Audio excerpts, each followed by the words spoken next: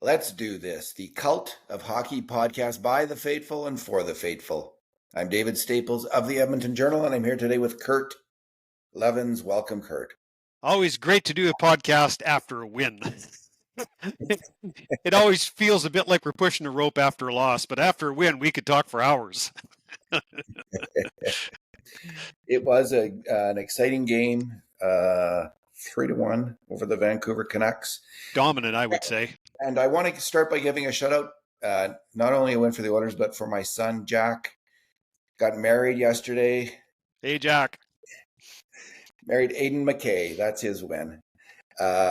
Great girl from Ontario. A Habs fan, but we'll forgive her that. She's cheering for the Oilers now, too. Well, see, she's overcome adversity. Well, congratulations, Dad. You must be proud. I am, and I'm happy. It was That's fabulous. Way to go. All right, Kurt, 2 good things, 2 bad things, and 2 numbers.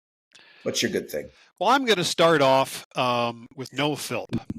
The kid scored his first NHL goal tonight, and I think was his 17th NHL regular season game. And when any player scores their first NHL goal, it's a big deal. It's everything they've worked for their entire life. In Noah Philp's case, he has overcome more than his share of adversity to get where he is today. Here's a kid who, spent years at the University of Alberta playing for the Golden Bears, gets scouted locally, gets a tryout, gets signed to a contract, and looks like he is on his way, then runs into really terrible personal circumstances, none of which were his own doing, that caused him to take a year off from hockey. Took a complete year off from anything, not just from pro hockey, from anything. Comes back, puts himself on the map again, gets to the show. This year, makes the team out of camp, and in his second regular season game of the season, scores his first NHL goal. Every first goal by every NHL player is big, but when you've overcome that kind of adversity, when you've traveled that long and that bumpy and that curvy of a road, man, that goal must have been sweet. And am I ever happy for Noah Philp tonight? It was a very consequential goal in the game as well. The Oilers have been pouring it on, and in the end, the grade A shots were 21-10 for the Oilers.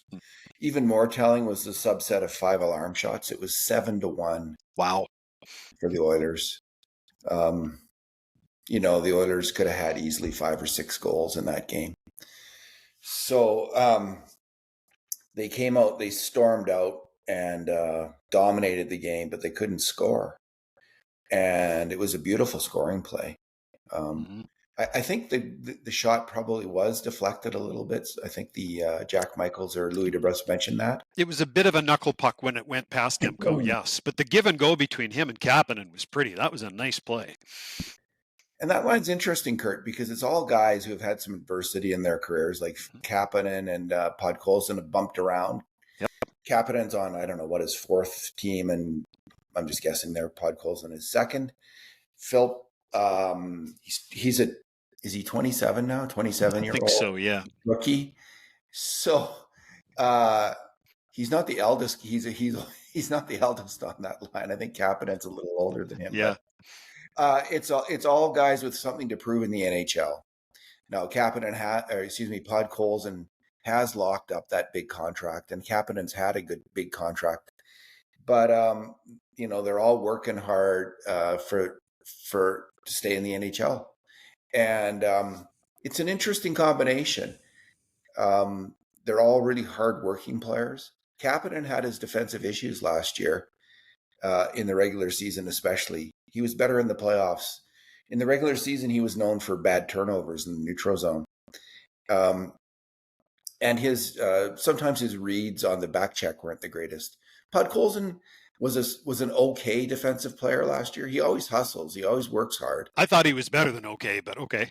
Well, he did allow a lot of make mistakes on a lot of grade A shots, or a high number like a lot of the Oilers forwards did. There was very few defensive forwards who excelled defensively on the Oilers last year, is the truth.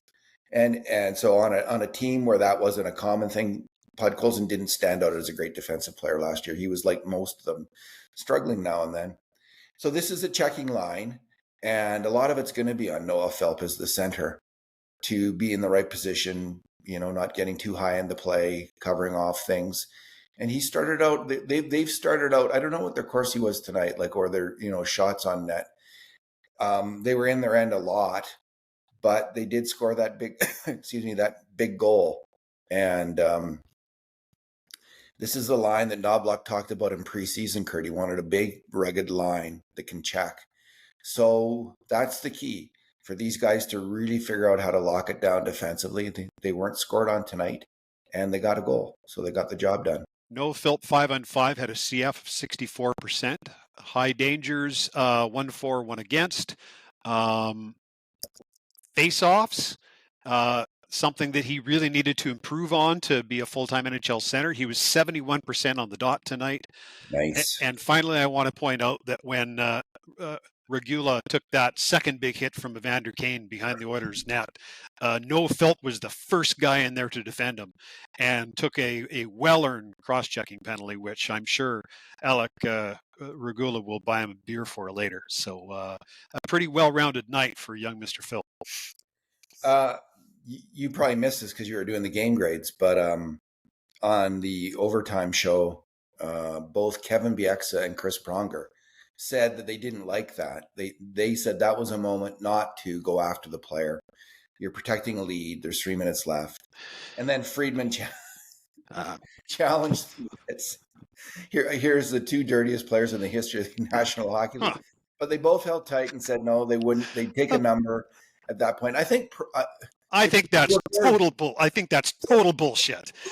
There's not one single player in the Oilers dressing room who wasn't tapping him on the shin pads for that. They're full of it. I liked it too. But I'm following. I'm 5 minutes behind the game, so I knew the outcome of the game by the time I saw the penalty. So my reaction's tainted by that. But I did, so I already know it's going to turn out okay. Yeah. But I did love it. Either one of those guys wouldn't have taken that same penalty when they were playing. What a bunch of buckaroos. I you're right, and I think Elliot Friedman was right to rib them. He was. Yeah, way to go, Elliot. I think you're right. All right. My good thing is Andrew Mangiapane in that entire line. We criticized them after the first game. They were rather ineffectual. This game, they had a good game. They were buzzing. There's a lot of talent. There's a lot of speed. Both you and I concerned there's not enough size on that line. There isn't a lot of size on that line. No. They're all, I'm guessing, all less than 6 feet tall and all less than 200 pounds. And but they are smart hockey players. And twice there was plays where it was centered to the net, once by Mangiapane and once by Nugent Hopkins for Matt Savoy. And he got in total 3 grade A shots on those two sequences in tight. He really came close to scoring the first time. He just didn't get the shot up. Demko is just he was outstanding tonight. He was great. And he couldn't beat him. But they gave up little in their own zone, except one play where Mangiapane at the end of the first period almost scored in his own net. Big Calvin Pickard save on Andrew Mangiapane. That was a grade A shot for Vancouver. Yeah. I mean, he was making a grade A save. So that was a very dangerous moment and would have been a killer if that had gone in the net. Outside of that, though, that line was buzzing all night. It's tremendous skill. I mean, a line of smaller players can succeed in the NHL. They've got to score. They've got to outscore their opponents. So let's see if that happens. But I'm actually glad the coach stuck to his guns and stuck with that line, even though the first game was not that impressive. It really worked well this game.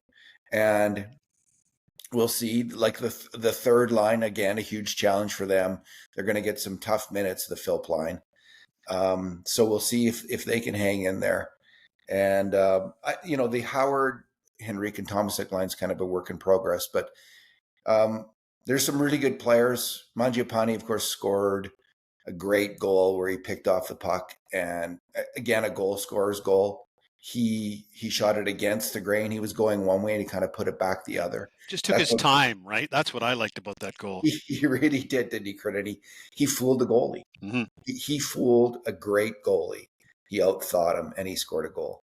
And again, this is the kind of goal that we needed from Skinner, Jeff Skinner, and Victor Arvidsson all last year, and rarely got. Yeah. So, and Mangiapane's not yet playing with McDavid or Draisaitl either. They're on the top line. So he's doing it without the help of those big guys. He's really looking impressive right now, Kurt. Yeah, I like Mangiapane again tonight as well. And I want to add on that play. Nugent Hopkins made 3 smart plays. Did he ever? First of all, the entry into the zone. Second of all, the forecheck, and then went to the net and took away the defender, which gave Mangiapane time and space to take his time and take the shot that he wanted, low stick side. No assist for Nugent Hopkins on that play, but the goal probably doesn't get scored without him. Yeah, I'll credit him with a hard charge to the net on that. You are right, Kurt. And there was a nice build up to that play, as you're suggesting. What's your bad thing, Kurt?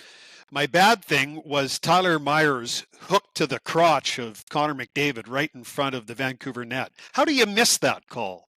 And I'm sure that's what Connor was saying to the referee when he's talking to him afterwards. And you could see him, he was giving him the signal, like, he did that to me. Like literally dropped him to the ice by his you-know-what. Like, I'm sorry, that's a match penalty. That's a match penalty when you do that to a player on the ice, right? And there's lots of, yeah, like it's in broad daylight. Everybody in the rink saw it. It's, we want little McDavid someday. Like screw off with that stupid stuff. It's dirty hockey is what it is, and Tyler Myers isn't known for that kind of stuff. He's a take no crap rough and tumble player, and you could admire that about him. That's a cheap ass play that he should be embarrassed about. I'd like to see Vancouver fans defend that tonight. He'll get his. He'll get his. How do 2 refs and 2 linesmen and the linesman, because a match penalty, the linesman can call that. Yeah. It's stupid. There was a lot of stick work that was missed tonight, I got to say, on both sides. By no means did the refereeing decide this game tonight, not even close. But that game is that and the Evander Kane's first hit on Alec Regula totally was a high hit, and that should have been a penalty as well, and that was missed too. The second one, Regula had his head down. He had that one coming. It was a clean hit. It was totally boarding. You board a guy head first into the boards. Yeah, absolutely. That's a dangerous play. Yeah, the refereeing, which favored no one team tonight, left a lot to be desired. But when the best player in the game has his you-know-what's wrapped around someone else's hockey stick, there's something wrong. There's something rotten in the state of Denmark, said Shakespeare. I was coached minor hockey for a decade, and I never said anything to the refs ever, except with one exception. But if I felt players' safety was at risk, that's when I spoke up. Like if there was things that were dangerous to the health of the players. Good for you. The referees had to hear about that and think about that. Yep. And this was a situation where these are both intent to injure penalties. And we're inferring intent because of what we saw with the action. Yeah. But Myers knows what he's doing. That's obvious intent. Kane, more of a bang-bang play, but still throw the guy first into the boards. Yep. I think he's trying to do it. And they're obvious penalties. You have to protect the players so they don't get injured. That's the fundamental reason refs are in the game, and to keep fair play going. So they failed. They failed in their primary task. These 2 refs were abject failures tonight. And if there's no fine for Tyler Myers for that, the Department of Player Safety is a joke. Well, we already know if it isn't already. I'm kind of wound up for a win, aren't I? I like it, Kurt. Did you break any clipboards? No, but I could go get one if you want. That was Bruce's great trick. So riled up. So All that's right. my bad thing. Okay. Um, it was a pretty dominant performance by the Oilers. I don't like to single out, eh, but we're analyzing the game, so I'll do that. Yep. Single out a particular player, but I think to start the year, Ty Emerson's really been behind the play.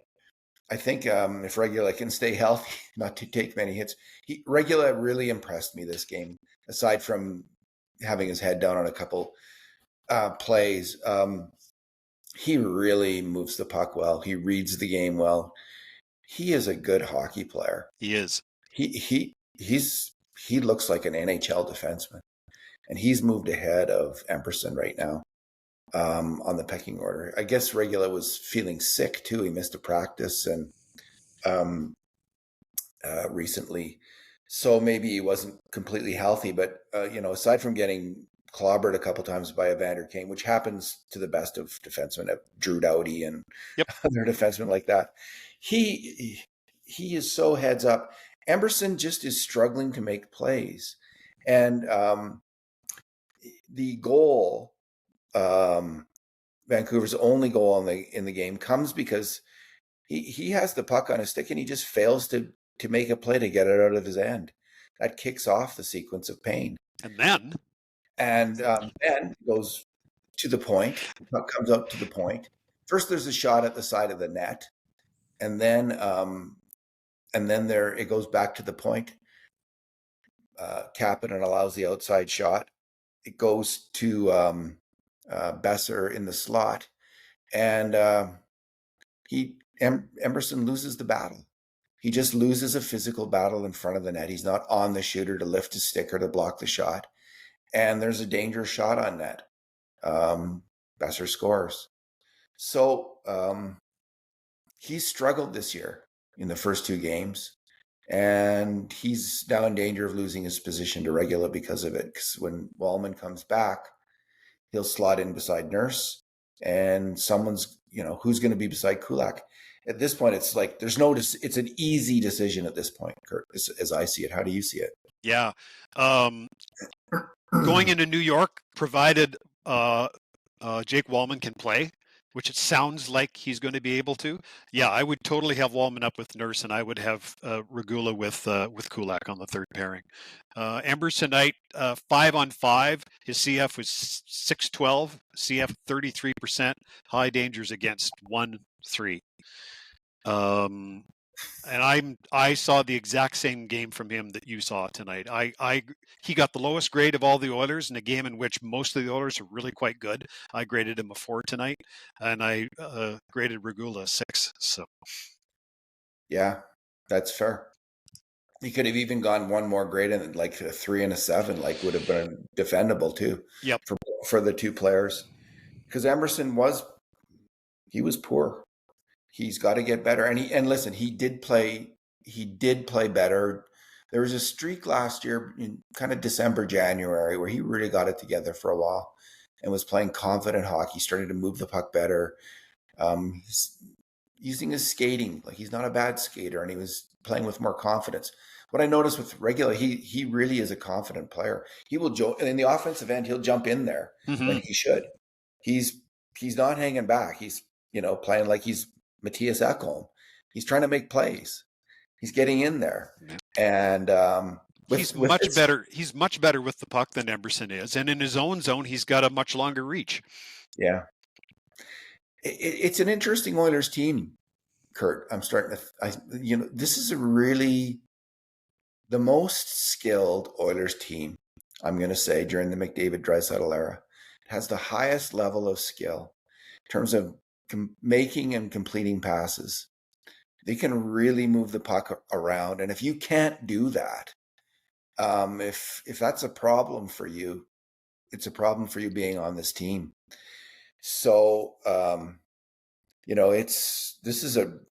it's demanding to be on this team, because you got to make plays, and they won't put up with it if you don't. You know what? I think your point is really smart and well made. And I would add to that, I also think this team has the most internal competition in the McDavid era. It's well, now with Roslovic arriving, it right? amped it up at forward. Yeah, man. And we're eight deep on the blue line without even looking down to Bakersfield. So like it's easy to fall out of this lineup, and it might be hard to get back into it.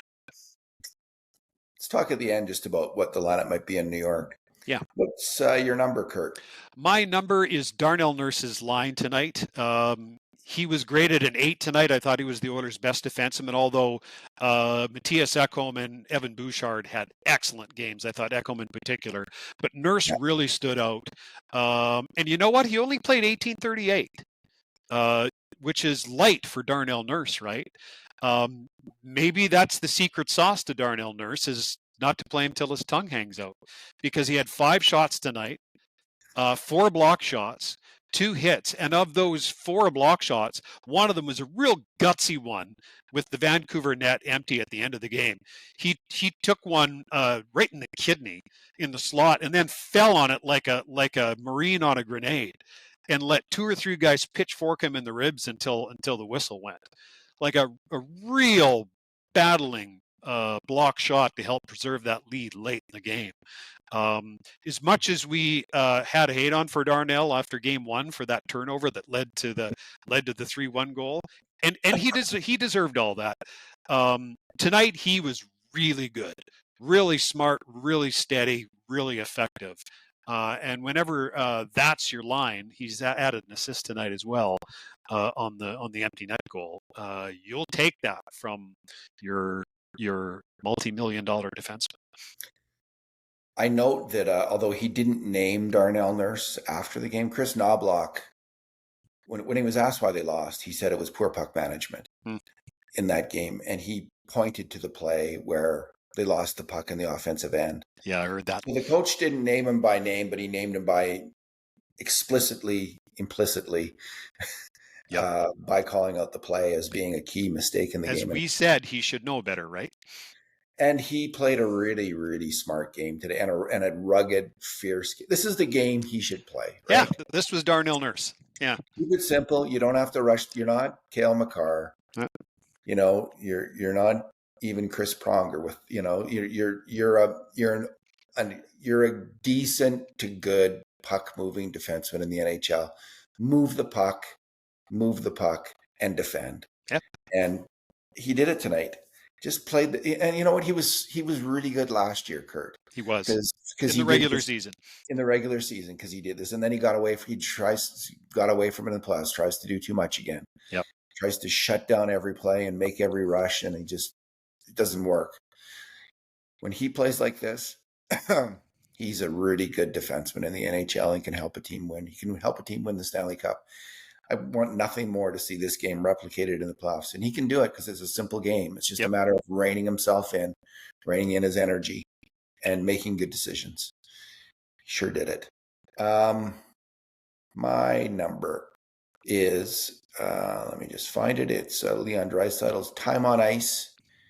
Shorthanded, he led the forwards at 1 minute and 50 seconds. There was 2 Vancouver power plays. And Kulak led the defenseman 155, Nurse 150. It's an interesting decision at the end of the game and at the end of periods. I've, in the past, really advocated strongly to have a checking line out there. It was when they had players like Janmark and Connor Brown, who were outstanding defenders. I don't know if they have those kind of players right now on this team. Janmark, especially when he first got here in his first year, was just out of this world good defensively, and he's slipped since then. So, but they have always tended to go with skilled players to close out periods in tight games, and it's often backfired on them. Right now, we're seeing, let's say, the Glenn Sather approach to penalty killing, where you throw out Gretzky and Curry right out of the hop. With McDavid and Draisaitl right at the end of the game on the line, they're out there.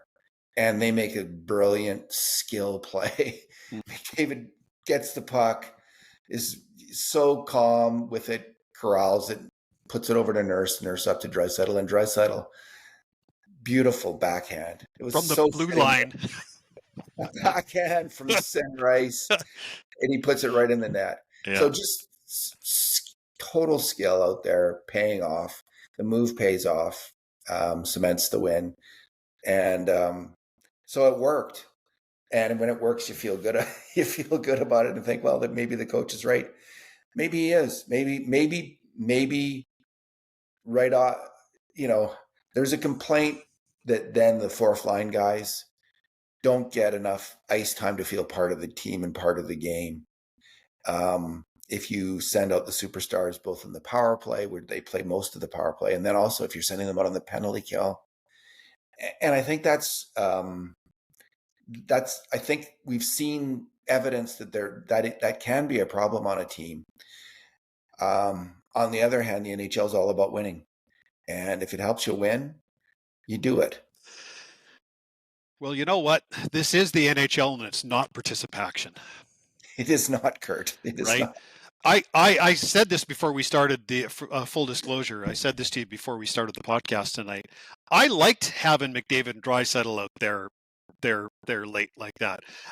Hey, beat our best players, right? Beat our best players, and they couldn't. Right? Now with Draisaitl, I'd argue he's a Selke quality forward. So, it's pretty defensible to have him out on the PK like that. I think you could argue, look, Connor McDavid can do anything on the ice, but I think you could argue maybe save him for power play and 5-on-5 time. But Draisaitl he's a pretty smart defensive player. He's got the physical aspect going for him. He's a good face-off man normally. Yeah, it's for the fourth line guys. Watch the big guys win the game. The beer tastes just as good afterwards. Well, we're not going to agree on Draisaitl because I always have felt for years that he cheats too much for offensive and defensive. You and I have seen Leon Draisaitl different for the last 5 years, and that's probably not going to change. I'm not as big a fan of his defensive. I think he can play excellent defensive hockey. I just think you and I see his game differently, and that's okay. He does now and then often do it, but often he's too high in the play and they get beat down low. Well, David, if you're going to keep going, he doesn't get Selke votes because he's not a good defending forward. I mean, that's just a fact, right? I think McDavid's a better defensive forward than. I don't. I don't think his reads are nearly as good as Draisaitl's are. So yeah, we have a good disagreement here. We do, yeah. Not very often. Although both of them I thought were weak in the Stanley Cup final. McDavid was trying to do too much, and Draisaitl was trying to score too much, and they both got caught out in the final. Anyway, I think that's fair.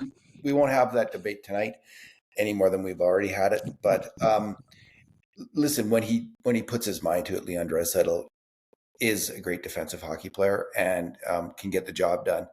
And I'm liking I don't know if they've ever had them together on the PK, and I think that's really interesting because with Slats, why I compared it to Sather is he would have Gretzky and Curry together on the PK, the two best offensive players, arguably for a time in that era together, and so you have that again, and it's got to be hugely distressing to the defenseman at the blue line who's got the puck to have those two guys. Has to be a deterrent, right?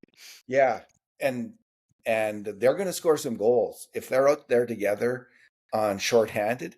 I kind of like it. If you're going to use them if you're going to do that on the PK, put both of them there because they can really then cause some damage. Yeah. Like in the past, they have used them on the PK, but it tended to be the last 10, 15 seconds.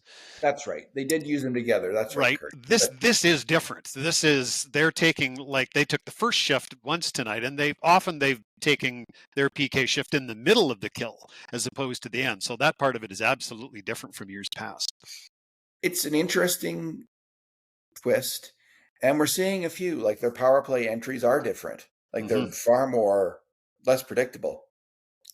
They've changed up that power play. Yeah, it's more dynamic. There's a lot more movement on the power play right now than there was last year. Yeah. It was getting a little, and when you've had so much success, it's why would you stop? So again, like the PK tactics they used last year Why wouldn't they use them? They just had a historic run the year before in the playoffs where they killed off almost every single penalty. So they kept using the same penalty kill last year. It didn't work. Yeah. They had years of great unprecedented success on the power play using the same basic strategies. They had it down, but we all knew them. All the fans knew them off by heart. Mm-hmm. You had to know the other teams know exactly what they were going to do. Now it's a little bit more chaotic, isn't it? I don't really know. It's all over the place on the power play. I like it. Yeah, like the Oilers went 0 for 5 on the power play tonight, but they got their looks. To me, they went 0 for 5 because of Thatcher Demko. Yeah, let's just see here how many grade A shots. They had 10 grade A shots on the power play. Right. So that's, they should have had by all rights. And 4 of them were 5 alarm shots. So they should have had at least 2 goals and maybe more. They just, So they were, Demko was fantastic. And I wonder how often we're going to see this year where like Dustin Wolf was pretty damn good in the first game. And how often are the Oilers going to see fantastic goaltending? But Pickard was good enough, wasn't he? He was. All he does is win. Okay, so Roslovic looks like he'll play, I think, coming up here. What do you think's going to happen, Kurt? What is your bet? Madison Square Garden on Tuesday night. Well, let's assume first of all that Wallman's healthy enough and can play. So I think we've already talked about that. He'll slot in beside Nurse. I think you and I think if in a fair world, I think Regula stays in the lineup. So we'll see. Up front, I think Roslovic is a top 6 player in terms of the player type that he is. He's an offensive player that is not strong defensively. Okay. I wouldn't break up that third line, the one tonight, the Philp line. I'd keep them together. Yeah. You know who I'd take out of the lineup, David? Who? I would take Ike Howard out. Yeah, I think that's the obvious. And he hasn't been bad. But he hasn't been good. He hasn't really forced his way into the game. Yeah. So it'll be interesting to see what they do. And, they could change up the third line by putting Trent Frederick on it and putting Roslovic with McDavid and Draisaitl. They could, but I think you'll agree tonight that was the best night that Frederick has had with 97 and 29. It's the best game he's had as an Oiler. He was actually making plays, hitting people. He looked, there he is. Yeah, there's an NHL. That's the guy. Yeah. Finally. I mean, last year in the playoffs, I just felt like the announcers were making excuses. People were making, and probably I was too, we were all making excuses for him all through the playoffs, hoping he would get better. He was never any good in the playoffs. And he was one of the reasons the Oilers didn't win, is they were playing injured players. He was one of them. Anyway, he won pucks, won battles all night long. He was in on 4 grade A shots. He had a couple himself. He had a good game. Yeah, he did. So eventually, I mean, let's call a spade a spade. Zach Hyman's going to be up on that wing when he gets back. So I don't know if I would change that line now. I think, but Roslovic needs to play with skill. Right? Otherwise, why did you get him? Right. So if you have him playing with Adam Henrique to start with, because he hasn't had a training camp. Yeah, Henrique, Roslovic, and Tomasic is a good line, right? That's a good line. There's skill on that line. I think that would be okay, even if he doesn't stay there to start there to get his feet wet. I think that would be okay. Yeah, it's just the first game. He'll get 12 minutes, and he'll have his first game. And David, to your point, if Frederick isn't playing well in that game, well, they can just flip the two of them. There you go. Move Frederick down to 4, Roslovic up to 1, and Bob's your uncle, right? That's probably a good plan, because I think after the game that the Nugent Hopkins line just had, you want to keep them together. Line, you want to keep both those lines together. 100%. And the top line was created, 4 grade A shots at least at even strength. The McDavid line, they were okay at even strength. Mm-hmm. They were brilliant against Calgary. So yeah, that's probably what's going to happen. And And I wouldn't be surprised. Listen, they got Roslovic. Hyman is coming back. Unless there's injuries, I think Ike Howard's going to be going to the minors. Matt Savoy had a good game tonight. He was effective, yeah. Yeah. So I was thinking at the start of the game, this would be a good game for you to score, Ike Howard. Yes, it would. Yeah. Those things matter. If you're going to stay in the NHL, you got to score tonight. Yeah. I like the kid, but you know what? I think you feel the same way. I think a half season in Bakersfield would probably do him a world of good. I think it would make him a way better, more well-rounded player.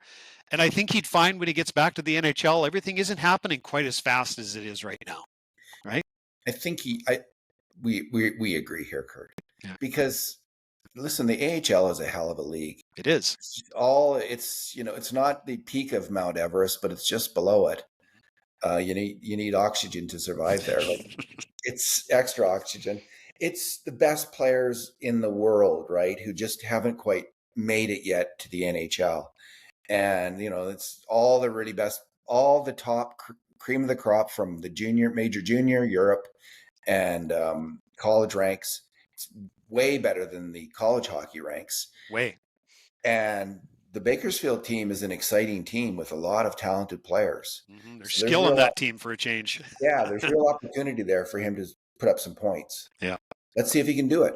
Yeah. Do it there, because that's what he wants to do in the NHL. That's his goal. Listen, it wouldn't be a shock to see him spend the whole year there, Kurt. Oh. Now that Roslovic's here, it changes a lot, right? Like, that's, unless there's injuries, I just don't. Where's he'd have to beat out Matt Savoy. And given the roster crunch we're in the middle of, having a guy who doesn't have to clear waivers is a real plus. Yeah. And Tomasic has been good on the power play. He's really making plays. He's rugged. He puck protects well. Earning his spot. I think he looks to me like an NHL hockey player. And I'd actually like to see him get a chance on one of the top two lines. Or with McDavid, either with McDavid or Draisaitl. I think he is an interesting offensive hockey player who can make things happen. I'm still not sure about his defensive play. Haven't seen enough. Yeah, but I don't see him going anywhere. So I think it's between Howard and Savoy, and Savoy's ahead of him, just like Regula's ahead of Emberson based on performance. I think it was possible Philp could have been the odd man out, but with his game tonight, I think that changes the game. That is a good point. I was glad to see him score because of it. Yeah. Because he's a big, rugged player, Philp. I think he actually, I think he's can be a good defensive player. He got caught a little high on one play. Like, he still is getting used to the pace and intensity of defensive play in the NHL. Yeah. And he's really going to have to assert himself and make the right reads. And that's hard to do. So he will get better at that. But he's okay now, but he's got to get better. And when you say big and rugged, what I would say is he's big and can be rugged. Yeah. He's big and has to be rugged. He's not consistently yet, but with his size, that's got to be one of his calling cards. Yeah. Yeah, I'm trying to manifest it in him, Kurt, by calling it that. But you're right. He isn't always rugged. Nope. He is going to have to be rugged if he's going to be an NHL hockey player. Yeah, and sometimes that dog don't hunt, right? So it's either in them or it's not. I mean, not only did he score, he set up. You might have mentioned this. Set up Podkolzin. Yeah, that great chance. So, beautiful pass. All right. Speaking of the Rangers, I mean, I think we're obviously going to see Stuart Skinner start the Rangers game. I mean, he's your starter right now, number one game on the road. But I can't help but think that the coaching staff takes this game from Calvin Pickard and puts it in the back of their mind because, he's not fancy, but is he ever steady? Right? It's an interesting thing, right? Pickard hasn't lost the backup goalie job. He's a good backup goalie. Mm-hmm. The Oilers need a number one goalie. He's not that. Agree. I think that's fair to say. Yep. So if Skinner isn't the starting guy, does he automatically bump Pickard down? I know that Brad McPherson, who's on Twitter, did some really interesting work where he looked at Skinner and Pickard's goals against averages against playoff teams and non-playoff teams. Okay.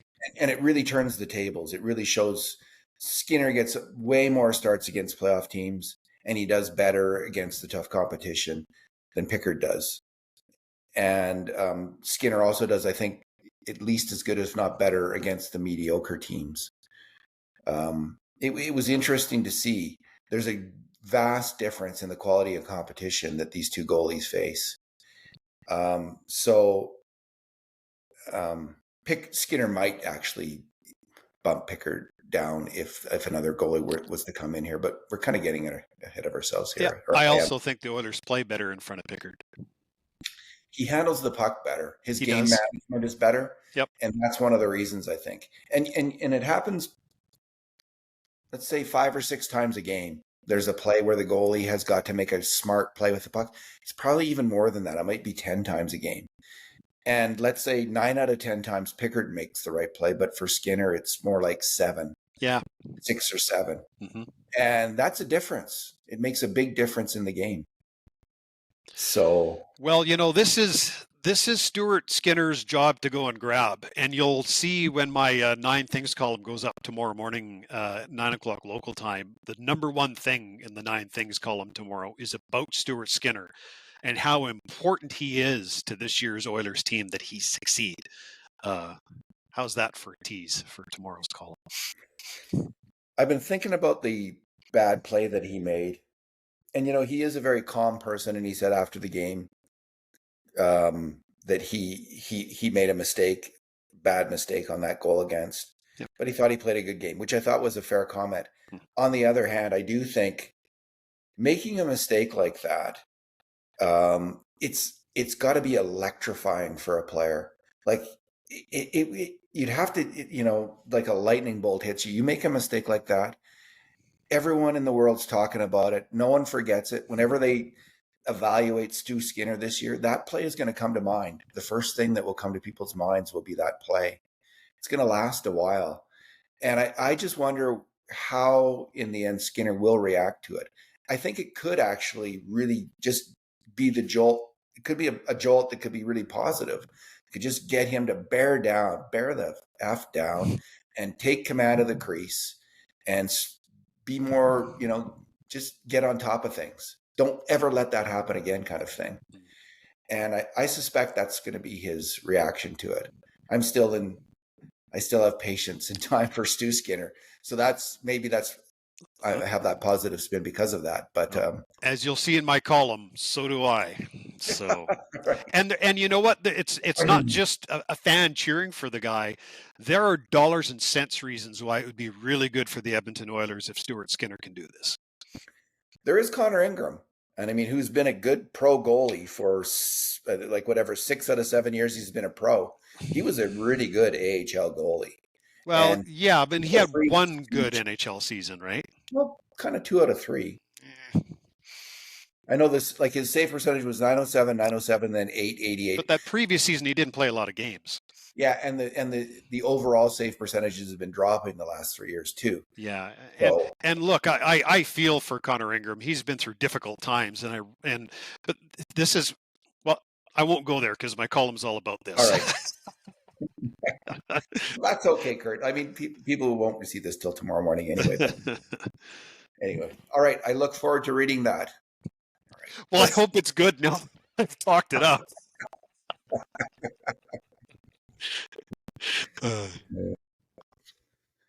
All righty, Kurt. Let's leave it there. Thanks a bunch, David, and congrats again to you and your family. All right. Thanks, Kurt. I appreciate that. And in the meantime, and in between time, this has been another edition of the Cult of Hockey podcast.